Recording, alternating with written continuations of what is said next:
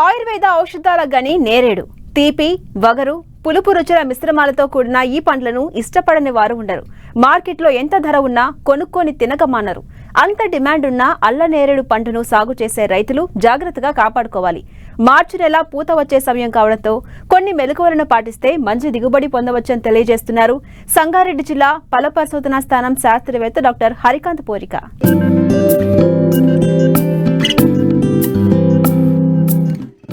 చాలా వేగంగా పెరిగే పండ్ల వృక్షం ఏదైనా ఉందా అంటే అది నేరేడు వృక్షమే.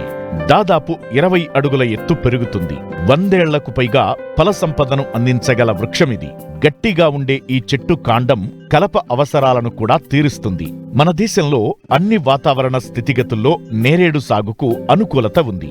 దేశీయ ఎగుమతుల వ్యాపార రూపంలో ఈ పండ్లు రైతులకు మంచి లాభసాటితో కూడిన పంట.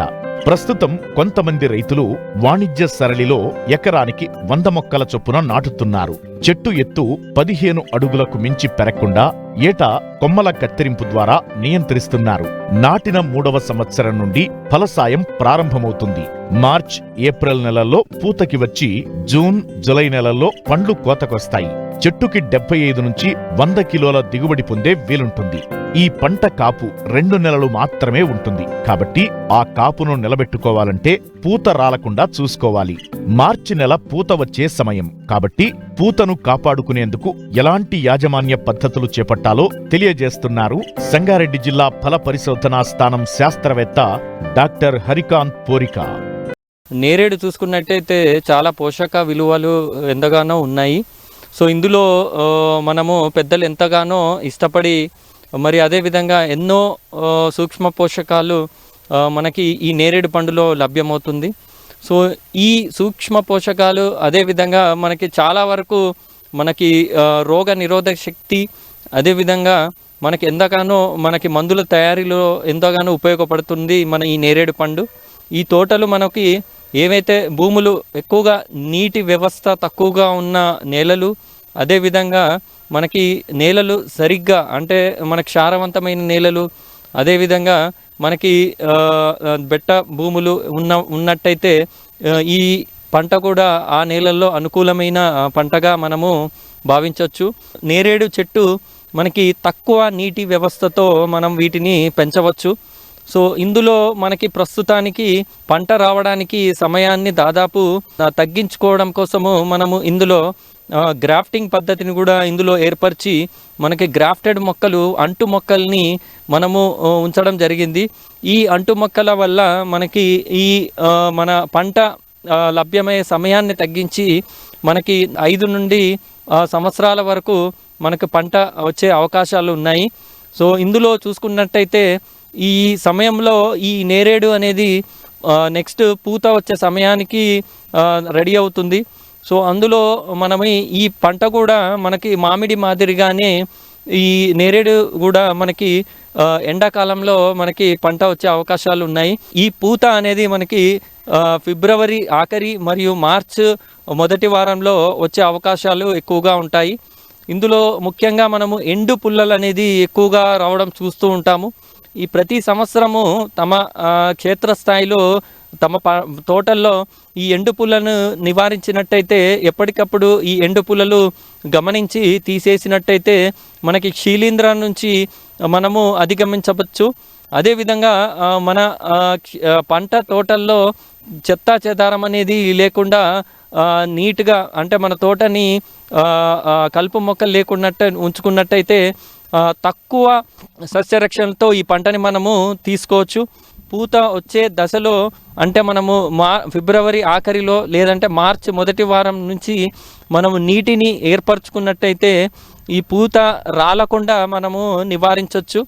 అదేవిధంగా పూత మనకి రాలుతున్నట్టుగా మనము భావించినట్టయితే మనకి ప్లానోఫిక్స్ లభ్యమవుతుంది. ఈ ప్లానోఫిక్స్ని మనము ఒక 3 గ్రాములు ఒక 15 లీటర్ నీటికి కలుపుకొని ఒకసారి పిచికారీ చేసినట్టయితే మనకి పూత రాలకుండా, అదేవిధంగా పిందె ఎక్కువగా పెద్దగా ఏర్పడి పిందె పరిమాణాన్ని పెంచి మరియు పిందె యొక్క నాణ్యతని పెంచడానికి కూడా ఇది దోహదపడుతుంది.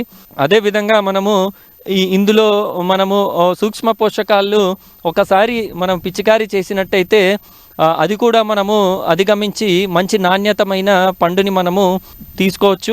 అదేవిధంగా మనము నేలలో మనకి కావాల్సిన పోషకాల విలువల్లో చూసుకున్నట్టయితే మనము ఏదైతే పండు దశలో అంటే మనకి పూత నుండి పండు ఏర్పడే దశల్లో మనం ఒకసారి ఒక దఫాలుగా మనము యూరియా మరియు పొటాష్ని ఇచ్చినట్టయితే మన పండు ఎదుగుదల కోసము ఎంతగానో ఉపయోగపడుతుంది.